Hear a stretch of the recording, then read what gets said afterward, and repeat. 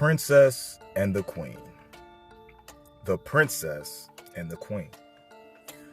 One of the things I was worried about, especially going into episode 6, is what was going to happen with this time skip, is seeing they were going to jump 10 years. We were going to get introduced to new actresses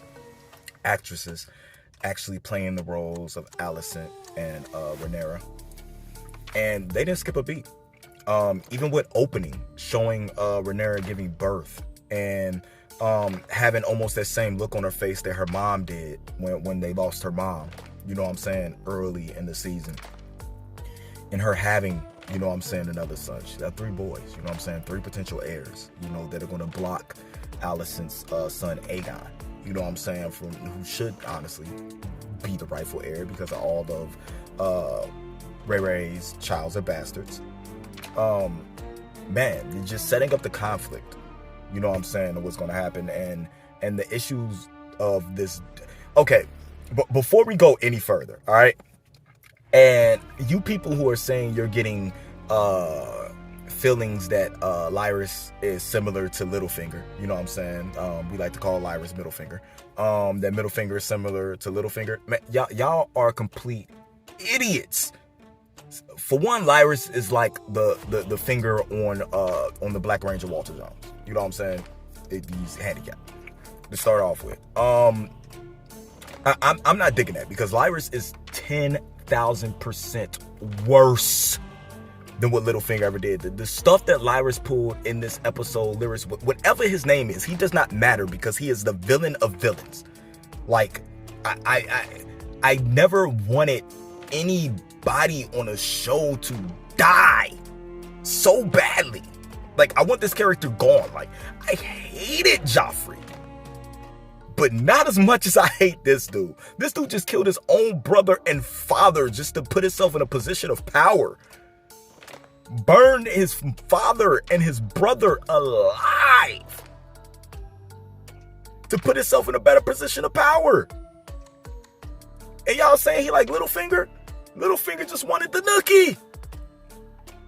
He just wanted the nookie. He was so in love with this woman, and her daughter reminded him so much of her that he fell in love with the daughter and wanted to use that to gain political gain, but also always wanted her to deal, you know what I'm saying, to fairly be done right, but just got lost in playing the game.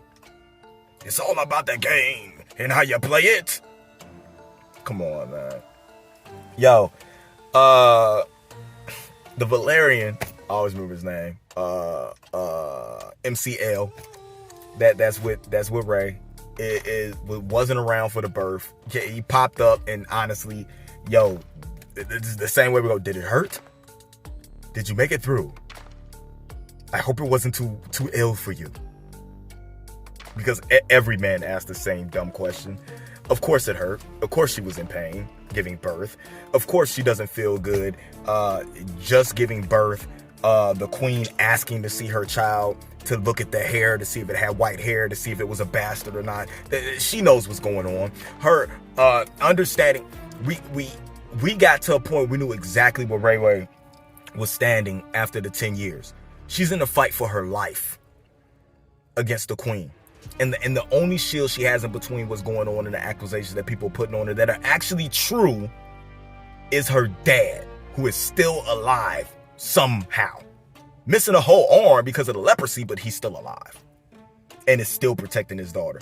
And by God, I know he knows the truth, because when he looked at his grandson, he said, you got a nose just like your daddy, and it was that button nose that all them dudes had for hair and all. Man, yo, this show is a flipping trip. And the night that she's banging now, since Sir Christian is too good, you know what I'm saying, to be in the situation, makes it very interesting to me what's going on with that. Because now this dude got introduced to us in another episode walking down the alleyway when the whole hoopla started, and now 10 years later he's there. He knows who his sons are. His sons don't know as the father, although, you know, there's rumors of that stuff going around. And then he dies the very same episode that we're really introduced to him as a character, yo. And the new ladies who are playing Rhae and Alicent. Like I said, you got so attached to the original characters. Man, the chick that's playing the older Alicent is killing it, man. Is killing it. And watching Rhae come from a point where where it seems like she doesn't have the power that she did when she was younger, because she's trying to hold on to make sure that she can get to the throne, which, if you want to do that, I will probably just stop banging, random people, and at least get with somebody of Valyrian descent. But with Daemon not around, somebody that she's really into, because I think that's her problem. She only wants to be with people that she feels a certain type of way for. She can't just sleep around like, other people would, like her husband is doing now. But it would help her to, sleep around with somebody who has that Targaryen or Valyrian descent in order to have the hair, so she could break something up in what's going on, because all these kids aren't going to pop out unless she just has weak genes, which Targaryens don't have weak genes. So you got all that going on. They end up eventually leaving and going back to Dragonstone because it's just not safe for her there, and what's going on, and the power that Alicent has mustered. I mean, if you look around and you're watching the episode, you see the people who support Rhae, they're wearing black and red, and the people that support Alicent are wearing green. You could if you just look from the walk from them leaving the chambers where Rhae gave birth to them walking to the queen, going on, you can see the difference just in there, from like the two sides of what's going on in King's Landing right there. So that was nuts. Daemon married, the Sea Snake's daughter. I believe we'll find more out what's going on with that later, because I do believe she was betrothed to somebody else, I think. I don't remember. The stuff just happened so fast. But they got a set of twin girls. And he's just seems like he's very content with what's going on.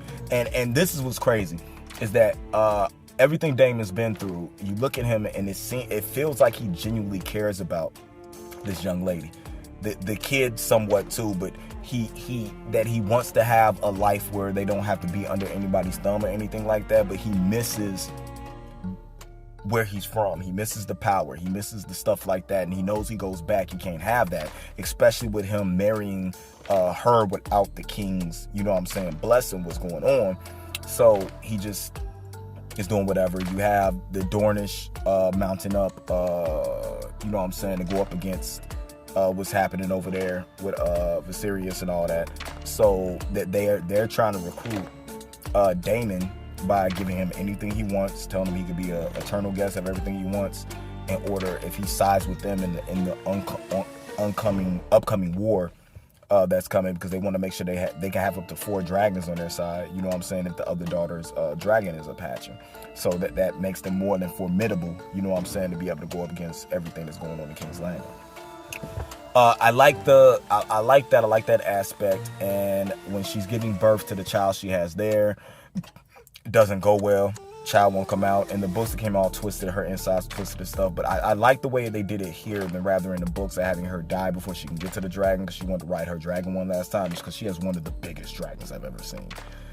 And she goes and she has her dragon light her ablaze, and since she's not Targaryen, she can't, survive, the flames. Per note, when they're flying their dragons above wherever they're at, and Dracarys, she sets the fire, and then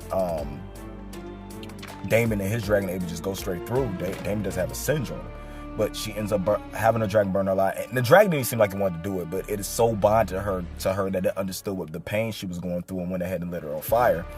So now Daemon has 2 momless kids that he possibly has to raise. I don't know. I don't think he's the fathering type. Maybe he'll take them back, in King's Landing. I don't know what's going to happen there. But Daemon's been through it, man. He's been through it, and I want to see how he reacts, to this. Alicent, Aegon, her son, has, played by David Tennant's son, has doesn't care about being king, just likes living in King's Landing, just wants to be a normal kid, and his mom's putting pressure. She seems like she's putting each one of her kids in position in order to be able to combat what's going to happen, because he's telling her, she's telling him about the danger he's in, or the danger that her dad put in her head about Rhae killing any, you know what I'm saying, any contest to the throne that she might have, that Otto put in Alicent's head. But Rey does not feel like that type of person to do that. But Alicent's been playing the game from a different perspective the whole time, even when supposedly seducing the king. That it's hard for her to realize what's going on, especially when Rey doesn't tell her the truth about everything that's going on. You know what I'm saying? That friendship is strained. When they came to the small council table, and you know, she brings up the point of wedding her son to Alicent's daughter in order to, you know what I'm saying, solidify the bond with the family. You know what I'm saying? Alicent doesn't even want to do that, really. You know, and if it wasn't for the fact that that Rey's breast started leaking milk, I don't think Alicent would have accepted that what was going on. So all in all, man, I like what's going on here. It was a really good episode. You're seeing sides being picked. You're seeing the table being set up for multiple wars on multiple fronts, and this character development, even with a 10-year gap, you felt like you knew everything that was going on. So this is going to be interesting to me. Let me know what y'all thought about this episode in the comments below. I can't wait till next week, and I can't wait to see what y'all say about this. So I'm going to holler at you guys in a little bit, all right? Don't forget to like, subscribe, and hit that notification bell so you know exactly every time we drop anything new. Love you guys. Keep it A+. This has been a Nerd Mix. Indy out.